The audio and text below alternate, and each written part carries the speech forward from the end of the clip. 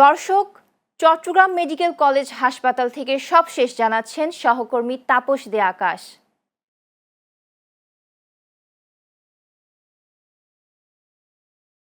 প্রিয়া, আপনাকে ধন্যবাদ। আপনি যেমনটা জানতে চাইছিলেন, চট্টগ্রামে প্রতিদিনই বাড়ছে ডেঙ্গু হামলে রোগীর সংখ্যা।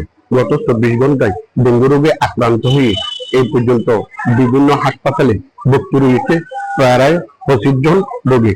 চট্টগ্রামের জেলার বিভিন্ন সরকারি বেসরকারি হাসপাতালে বর্তমানে 146 জন রোগী ডেঙ্গু রোগে আক্রান্ত হয়ে চিকিৎসাধীন রয়েছে।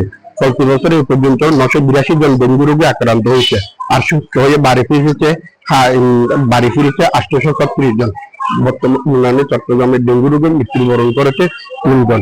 অপরদিকে চট্টগ্রামে হামলে মোট আক্রান্তের সংখ্যা হচ্ছে 633 জন। বিভিন্ন হাসপাতালে ভর্তি রয়েছে 262 জন।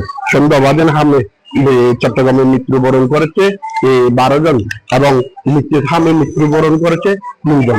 এদিকে আমাদেরকে Chittagong civil surgeon doctor Jahangir Alam আমাদেরকে বলেছে, এই দুর্যোগ থেকে পরিত্রাণ পেতে হলে আমাদেরকে সকলকে, অভিভাবককে সচেতন হবে এবং বাচ্চার শরীরে এবং মানুষের দেহে জ্বর বা কোনো রকমের র্যাশ দেখা দিলে সাথে সাথে চিকিৎসকের পরামর্শ নেবার জন্য।